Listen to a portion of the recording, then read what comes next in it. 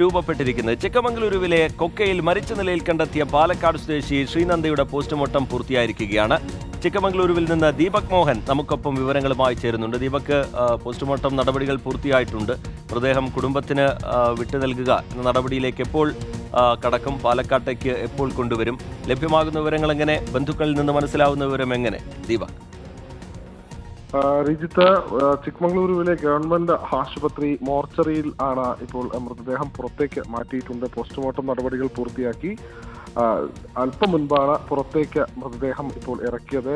ഇപ്പൊ സമയത്തിനുള്ളിൽ തന്നെ പ്രത്യേകം സജ്ജീകരിച്ച വാഹനം ആംബുലൻസിലേക്ക് മൃതദേഹം മാറ്റും.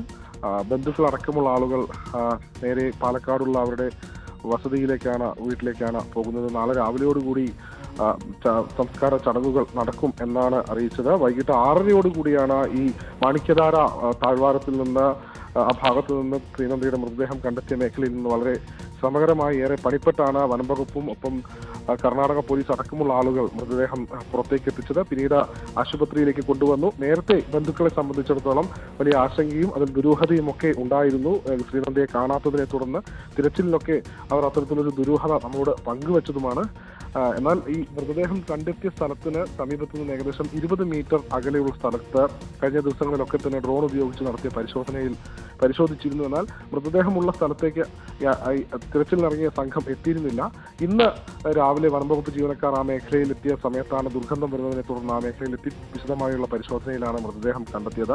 ബന്ധുക്കളെ സംബന്ധിച്ചിടത്തോളം അല്പം മുൻപാണ് ശ്രീനന്ദയുടെ അച്ഛൻ മാധ്യമങ്ങളോട് പ്രതികരിച്ചത്. തങ്ങൾക്ക് പിതാവിന്റെ മരണത്തിൽ ആശങ്കയുണ്ട് എന്ന് അവർ പറയുന്നുണ്ട്.